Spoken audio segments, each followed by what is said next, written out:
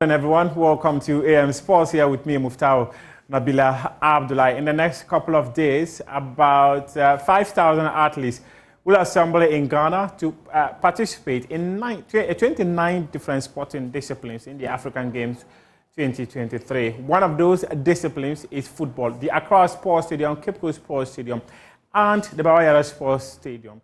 These are the facilities earmarked to host the football competitions. My colleague, Victor Achu-Stamaklo, visited the Accra Sports Stadium to give us an idea of how the facility looks like ahead of the commencement of the first game on March 9. For the first time in the history of the African Games, tournament organizers will break tradition when they allow 3 different cities to host what is typically hosted by one. When they allow Accra, Cape Coast and Kumasi to host the football competition from the 8th of March. When the games begin on the 8th of March, the playing surface here at the Accra Sports Stadium will host some of the games. It will be the first time that the facility will be open up to host any sport events since the National Sports Authority closed it down in December of last year. Since then, the facility has hosted 2 events. The Jesus Christ Encounter Crusade on the 2nd of December and 20 days later, the Beam Concert. So we can presume that the National Sports Authority has made some money to put the facility in a state befitting of the events they are preparing for, right? Not quite. But don't take my word for it. Come with me as we check out the Accra Sports Stadium. We'll look at the playing surface, the washrooms, and where you, the fans, will be sitting when the games begin on the 8th of March and see the current state of the facility. This is the playing surface. During the musical concert in December, it was exposed to heavy equipment, motorbikes and worse. Now though, it looks green. Just not the right kind of green. A closer look at the pitch will show that it's not all grass. There are weeds and mushrooms also competing for moisture, sunlight and nutrients in the soil. A CAF official who recently inspected the pitch has told Joy Sports that there are 6 species of grass growing on its surface. Of that number, only 1 is natural grass fit for purpose, and it is less than 30% of the grass on the playing surface at the Accra Sports Stadium. The average time it takes to regrass a pitch is 6 months. The last time the pitch was regrassed was in 2017 ahead of the Women's African Cup of Nations in 2018. With just over a month to the games, regrassing is not an option. The National Sports Authority could, however, opt for what experts call top dressing. That could take between 6 and 8 weeks. So top dressing, just like regrassing, is not an option. When the games begin, you may see a green pitch, or more accurately, a pitch of green weeds neatly mowed. So the pitch does not and is not likely to be in a good condition when the games begin on March 8th. But what about the washrooms that the fans will use if they need to? When you enter the washrooms, you are greeted by a pungent choking smell. A smell that says, "I'm sorry, lady or gentleman, but this is not the place for you." If you insist on using the facility, everything that you see will confirm everything that smell said to you.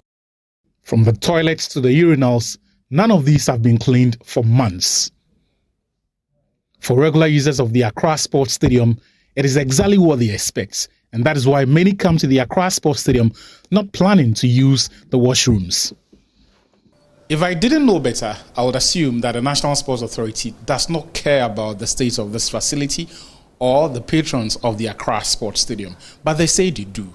They say they mean well. But when you walk into this facility to use it, what you see here, what you experience in the washrooms will give you an impression that this is a poorly managed facility.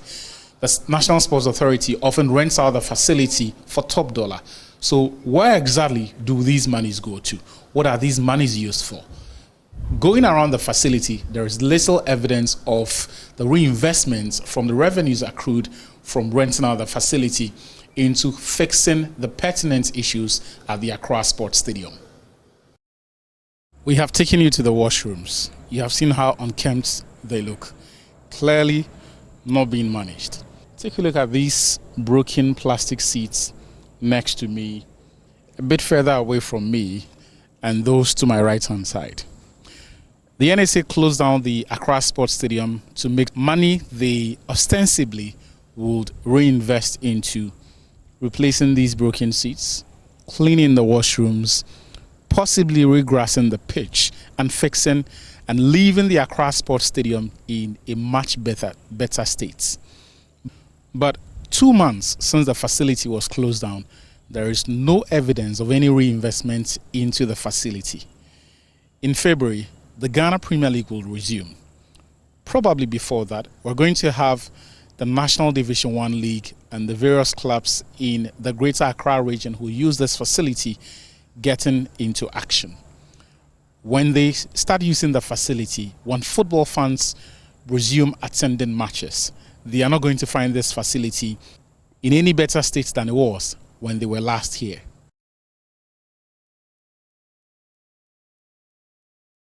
Colleague Victor Achu Tamaklo with that report there. Now let's talk national team football. That is the Black Stars, and the Speaker of Parliament, Alban Subana Babin, has called on the Ghana Football Association to stop the sacking of coaches because that alone is not enough to salvaging the poor performance of the senior national team in continental and global competitions.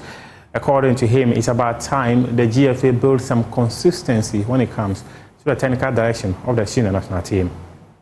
The Black Stars and their handlers must know that they represent more than just a football team. They are a symbol of our national pride, cohesion, and resilience. They must therefore endeavor to rise from the ashes of these setbacks and demonstrate to the world the true power of Ghana's football. It is high time we huddle together to discuss the current state of Ghana's football and consider a comprehensive strategy for the future. Sacking of coaches is not the panacea to the challenges. We must evaluate our football infrastructure, youth development programs, coaching standards, and administrative structures to identify areas for improvement. Our national teams should represent the breadth and diversity of Ghana's football talent. Ghanaians must invest in a holistic and sustainable development of sports and culture. Parliament will appreciate an opportunity to work with other stakeholders towards this common goal. Now, let's talk a demonstration that some group of sports journalists have come together. They say they will be demonstrating against the Ghana Football Association, and a former chairman of the GFA, Dr. Nyaho Tamaklo, he has said that he will be there to support them in their quest to have the Ghana Football Association do the right things. According to him, the GFA should understand that they are in the office to govern football in the interest of the people and not for their parochial interests. Concerning your protest march, I support it fully. And I would say it's even long overdue. Leaders of this country should know that the source of their power comes from the people. And the people's game is football. It is their passion. So when that particular game is failing, then government must know that it's failing. Now, let's talk the African Cup of Nations semi-final.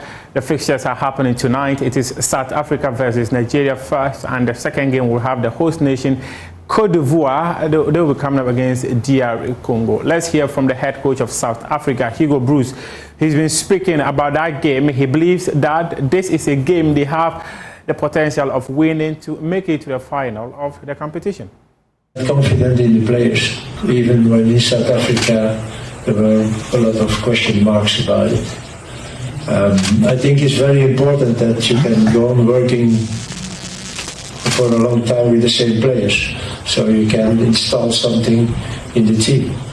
And when the players have the confidence and the results are following, you are growing like a team. And I think we did that in Africa also.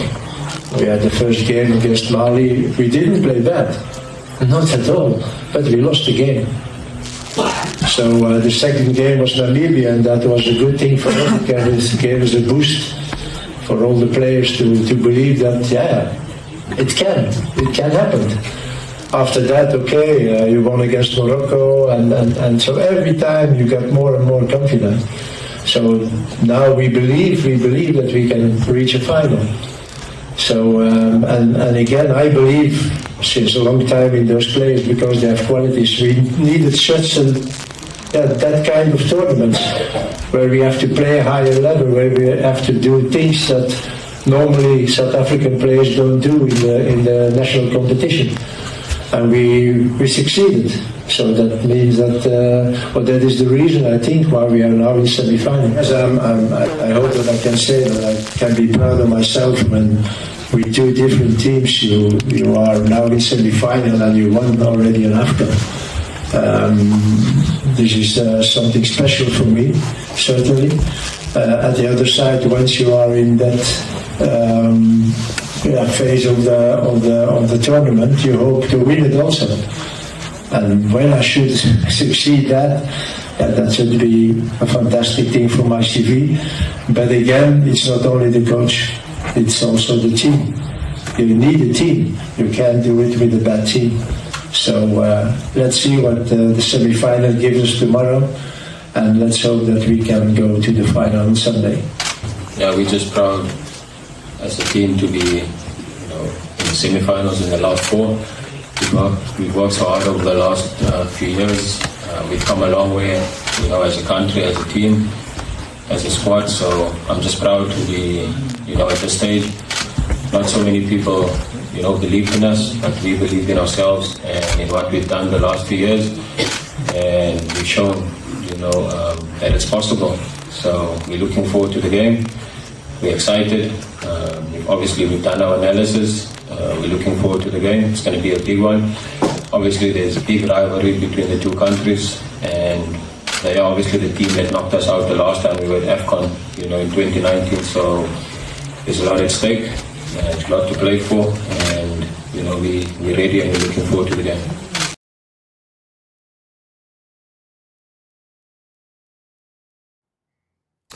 Now let's hear from the head coach of Nigeria, Jose Pozero. He's always speaking about that game. He believes that the Super Eagles have got the quality to make it to the final. My team and me don't put the focus is our team is favorite. It's have advantage or not. Our focus, everybody go tomorrow in the pitch and do your best. You know about organization. Each one know the task, individual and collective tasks, is a key point. Never one team go for a pitch, you think, I am favorite, I am advantage about opponent. No, it's for you. You can create news about that. For us, is what you must do in the set piece, what you must do in the offensive organization, what you must do in offensive organization, what you must do on the offensive transition, what you must do in the defensive transition, what you must do in the cohesion of the team, in the spirit of the team, what you must do in the pitch for win the next match. Only that. If my players think like the media was bad for us, very bad, but I don't believe. They know, go to play against good team, put Morocco's one favorite out, 2-0, 1-0, 2-0. You know the responsibility, you know the organization of the opponent, you know the power of the opponent. We know they want to play, they want to win like us. They are confident, they have good organization, they want to win AFCON like us. But more important is our team. You want to play like normal, you do. You want to enjoy the game also. At the same time, demand and joy, Commitment and joy. Sacrifice and joy. Organization and joy. For play a good match, for create opportunity, and avoid the opponent, create opportunity. Only that. Favorite or advantage? No. Don't enter our head. If enter our head, you fly. You understand? That's the first answer.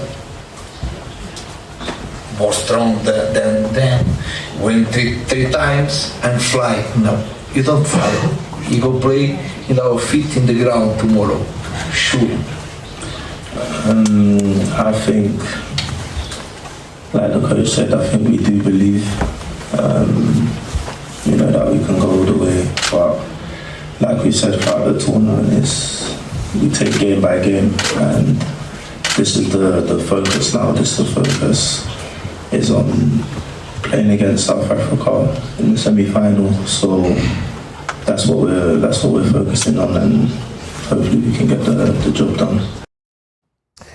Nigeria versus South Africa, the big semi-final happening later today in the African Cup of Nations. There was a letter from the South African embassy, from Nigerian embassy in South Africa rather, that warned Nigerians not to celebrate loud if Nigeria should beat South Africa. They also told them certain areas they should not go and watch the game. So if you're a Nigerian and you are in South Africa, just make sure that you adhere to the directive from your embassy. And let's wrap up with the highlights of the DFB Pokal Cup match that happened between Stuttgart and Leverkusen. Leverkusen won that game to progress to the semi-final of the competition. This shall wrap up AM Sports here with me, Muftau Nabila Abdullahi.